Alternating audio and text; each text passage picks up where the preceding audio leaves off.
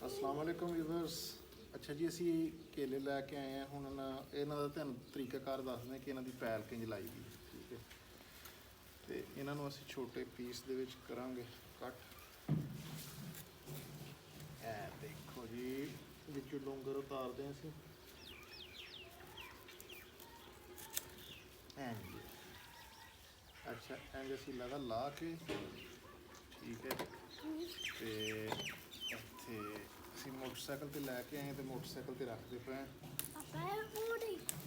ਹਾਂਜੀ,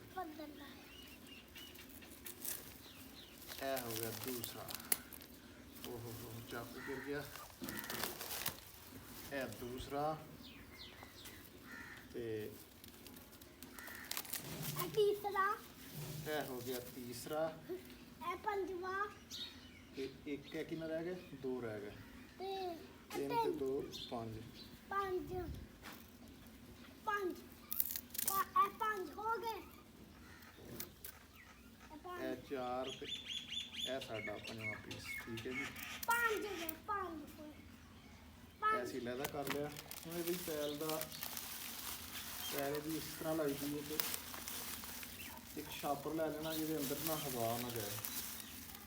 ਤੇ ਛਾਪਰ ਸਾਡੇ ਕੋਲ ਪਏ ਸੀ गंड मार दे, ਮਾਲਕਿਆਂ ਵਾਸਤੇ, ਜਿਹੜੇ ਲਏ ਸੀ। फिर गंड मार दे, ਹਾਂ, ਫਿਰ ਗੰਢ ਮਾਰ ਦੇਣੀ। फिर ਅਸੀਂ ਹੁਣ ਇਹਦੇ 'ਚ ਇੱਕ ਪੀਸ ਕਰਕੇ ਪਾਉਂਦੇ ਹਾਂ, ਠੀਕ ਹੈ ਜੀ। ਬਿਸਮਿਲ੍ਲਾ ਦੀ ਬਰਕਤ। ਕਿਆ ਬਾਤ ਹੈ। ਜਿਸ ਟਾਈਮ ਪੱਕਣਗੇ ਫਿਰ ਤੁਹਾਨੂੰ ਚੈੱਕ ਕਰਵਾਵਾਂਗੇ। ਇੱਕ ਇਹ ਆ ਗਿਆ, ਦੂਸਰਾ तीन, दो, तीन ਇਹ हो, ਭਾਈ ਦਾ ਤੀਸਰਾ, ਠੀਕ ਹੈ ਜੀ। ਇਹ ਅਸੀਂ ਲਗਾ ਇਹਨੂੰ ਉੱਤੋਂ ਅਸੀਂ ਇੱਥੋਂ ਜਨਾਬ और नहीं पाए, ਉਹ ਵੀ ਪਾਉਣਾ ਹੈ ਨਾ। और बात चल गई। ਇੱਥੋਂ ਅਸੀਂ ਗੰਢ ਮਾਰ ਕੇ ਇਹਨਾਂ ਨੂੰ ਅਸੀਂ ਭੁੱਖ ਦੇ ਵਿੱਚ ਰੱਖ ਦੇਣਾ। अरे एक ਅੱਛਾ ਯਾਰ, ਅੱਗੂ ਤੇ ਹਟਣਾ। हवा में मर गई। ਇੱਥੋਂ ਅਸੀਂ ਮਾਰ ਦੇਣੀ ਉੱਤੋਂ ਗੰਢ, ਤੇ ਉਸ ਤੋਂ ਬਾਅਦ ਇਹਨਾਂ ਨੂੰ ਧੁੱਪ 'ਚ ਰੱਖ ਦੇਣਾ, ਠੀਕ ਹੈ।